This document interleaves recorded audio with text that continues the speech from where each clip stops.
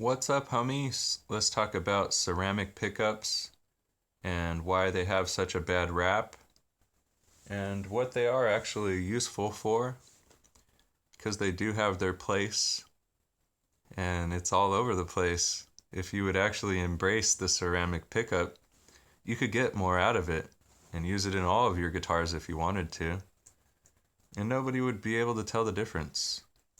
So, the first thing that I want to say is a lot of the aftermarket pickups that you buy are ceramic pickups. They don't tell you that because they know you don't like the word ceramic. It's kind of used in the cheap guitar pickups.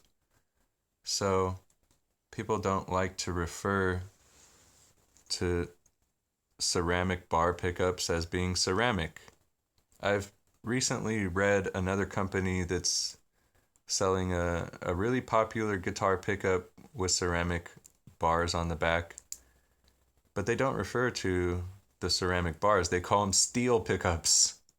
Like steel is just magnetic. Come on, man. You're buying ceramic pickups to replace your ceramic pickups. So what's wrong with the first pickups that you had? In this particular situation, I'm going to point out all the different flaws of this cheap pickup that came out of a $100 guitar. The spacing is not correct on all of the dots, so they don't go directly underneath the string.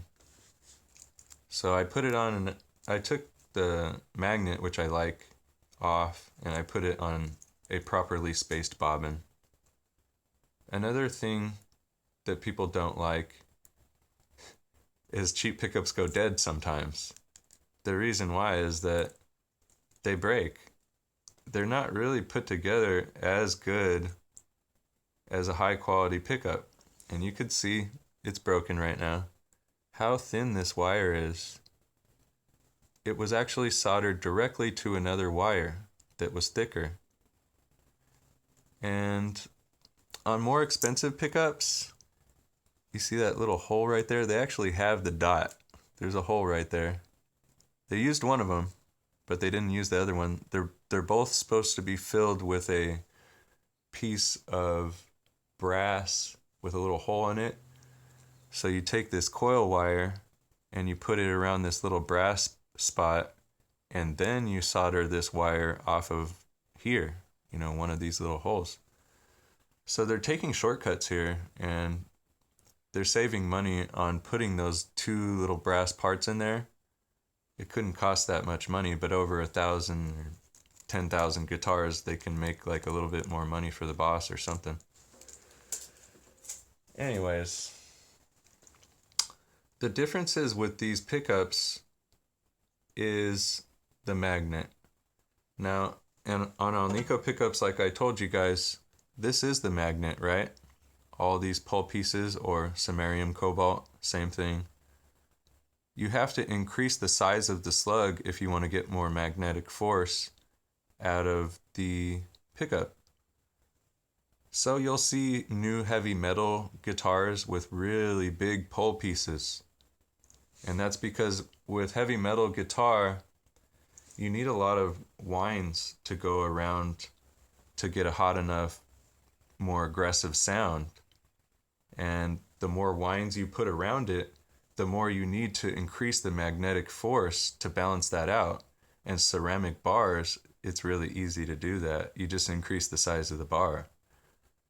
You can't always just really increase the diameter of your pole pieces and come out with great results. There's limits.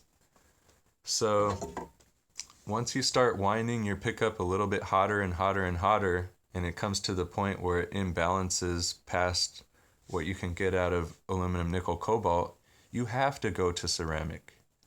There's no other choice. It's more powerful.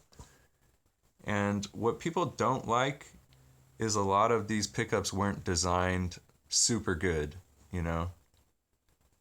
Maybe they put too small of a magnet on the back. Maybe they put too big of a magnet on the back.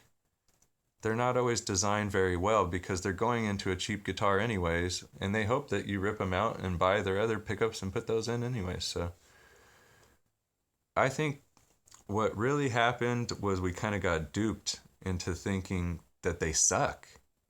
Just because we built them with really crappy manufacturing processes and improperly spaced pull pieces, and maybe the ceramic bar is too close to the top because the slugs are so small. Who knows? But let me tell you, there are really nice ceramic pickups made in cheap guitars too. And there's really crappy ones. My favorite is the Squier Affinity Stratocaster. It has ceramic pickups and they sound good, they sound correct, they sound inspiring. Then there's the Affinity Telecaster, which I don't like the ceramic pickups in. They just sound dead and dull and muffled and no good.